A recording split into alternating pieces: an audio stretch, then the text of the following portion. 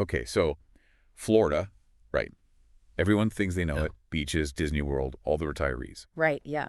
But today, we're going deeper than that, Yeah. going beyond the stereotypes to uncover what really makes Florida tick. Absolutely. So we've got a whole bunch of sources, historical accounts, demographics. We've even got some foodie finds to dig into. Yeah. You ready to go beyond the theme parks and postcards? I am absolutely. I think it's going to be fascinating. Florida is often seen as kind of a recent phenomenon. Yeah. But its story goes way, way back. Okay, so are you telling me Florida's history is more than just theme parks and golf courses? Oh, way more. We're talking about thousands of years. Wow. Yeah. Florida was home to so many different indigenous peoples Really? long before any Europeans showed up. Okay, so who are we talking about here? The Timucua, the Appalachee, the Calusa, the Tequesta. Wow, I've never even heard of those. Each of them had such unique cultures Yeah. and ways of life. And these tribes, they weren't just surviving in Florida, they were thriving. They really adapted to Florida's unique environment. That's pretty amazing. So is there any way that these ancient societies influence the Florida we know today? Absolutely. Their knowledge of the land, Yeah. their agricultural practices, even their place names, they all still resonate in modern Florida. No, that's incredible. Their story is really one of resilience Yeah. in the face of just enormous change. And I guess a lot of that change really kicked into high gear with the arrival of Juan Ponce de Leon in 1513. Right, exactly. I mean, wasn't he searching for the Fountain of Youth or something? Yeah, the whole Fountain of Youth myth. Right. He lands on Florida's shores Right. during Pascua, Florida, which is the Spanish Easter festival. And he was just struck by the landscape. Yeah. All the greenery and everything. Hence the name La Florida. Land of flowers. Land of flowers. Exactly. Of course, he was probably more interested in gold than rejuvenation. Right, of course. But that image of the land of flowers, that stuck. Yeah, it really did. And that's just the beginning, right? Right. Of Florida's wild ride through history. Right. I mean, it becomes this prize It that's fought over by Spain, Britain. I think even France gets in on the action at one point. Yeah, it's a real tug of war for centuries. Yeah. This constant shift in power, it had such a huge impact on Florida's development. Different cultures, languages, and traditions, they all left their mark. It wasn't until 1821 that Spain finally ceded Florida to the United States, Okay. which set the stage for statehood in 1845. And that's when the population just explodes. Right. I mean, today Florida's the third most populous state in the U.S. It is. 22.6 million people. Yeah. It's mind-boggling. It really is. So, I mean, it seems like everyone's moving to Florida these days. Right. What's the draw? Is it really just the sunshine? Well, the sunshine definitely helps, Right. but there's more to it than that, I think. Okay. Florida's population boom is fueled by a mix of factors. A relatively affordable cost of living, at least compared to some other coastal states. Yeah, A really business-friendly environment. that makes sense. And, of course, the allure of a warm, sunny climate. Yeah.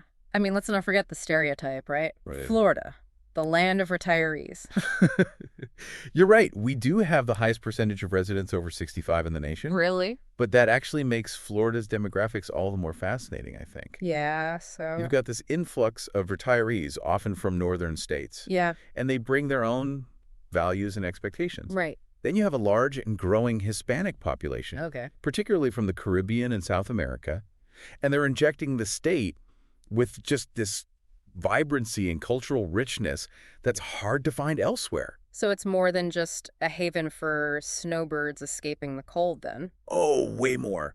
Florida is a dynamic mix of ages, cultures, and backgrounds. Wow. And this creates its own set of challenges. But it also makes Florida kind of a microcosm of the changing demographics of the whole country. That's a really interesting point. So we've got ancient history, European colonization, a population boom. Right. And somewhere in there, Florida becomes an economic powerhouse. Yeah. I mean, everyone knows about tourism, but you mentioned earlier a $1.3 trillion gross state product. It is. That's just mind-blowing. It really is. What's fueling that engine? Besides, Mickey Mouse ears and beach umbrellas. Well, tourism is huge, no doubt. Right. But it's just one piece of the puzzle. Okay. Florida's economy is surprisingly diverse. Right. Agriculture still plays a major role, especially citrus and sugarcane. I wouldn't have thought that. But we've also seen significant growth in sectors like international trade, Okay. thanks to our strategic location and numerous ports. That makes sense. The aerospace industry has a strong presence here, particularly around Cape Canaveral. Right. And the burgeoning life sciences sector is attracting major investment. It's amazing how, like, those space launches really help transform the entire area. Right. From, like, sleepy beach towns to high-tech hubs. It really illustrates the ripple effect that just a single industry can have. Yeah. And then there's the Florida advantage, right? Yeah, what's that? No personal income tax. Oh, right, yeah. So this attracts businesses Sure. and high net worth individuals alike, which further boosts the economy. But isn't relying so heavily on tourism and attracting retirees, is that risky in the long term? I mean, what happens if those trends change?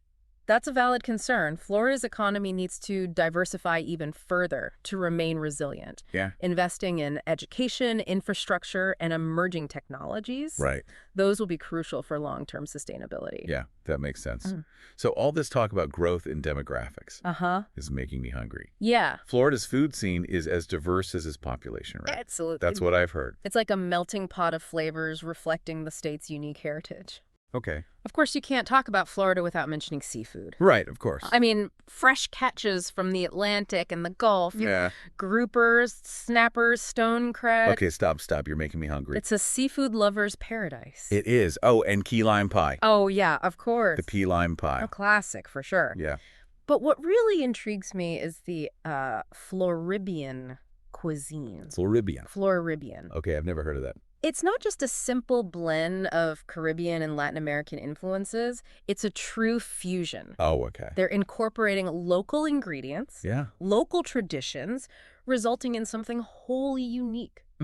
Think jerk spice mahi-mahi with mango salsa, or a Cuban sandwich with the Floridian twist. See, now you're just torturing me. It's delicious. So we've got ancient history, waves of immigration, a booming economy, and, like, amazing food. It's almost like Florida's a country unto itself. In many ways, it is. Oh. And that's reflected in its major cities. Miami, Orlando, and Tampa. Right, the big three. Each one has its own distinct personality, but they all share that vibrant energy and cultural fusion that really defines Florida. So it sounds like Florida's identity is constantly evolving. It is. I mean, with all this going on, Yeah. what does the future hold for this dynamic state? Well, that's the big question, isn't it? Yeah. Florida faces a lot of challenges. Like what? Climate change, Right. social inequality, Yeah. pressure on its natural resources. Yeah, for sure. But it also has incredible potential. Okay. Its diverse population, its innovative spirit and can-do attitude, Yeah. all of that could make Florida a model for the future. Yeah. It all depends on whether it can embrace its complexity Mm. and find a sustainable path forward. Right. That is the big question. Yeah.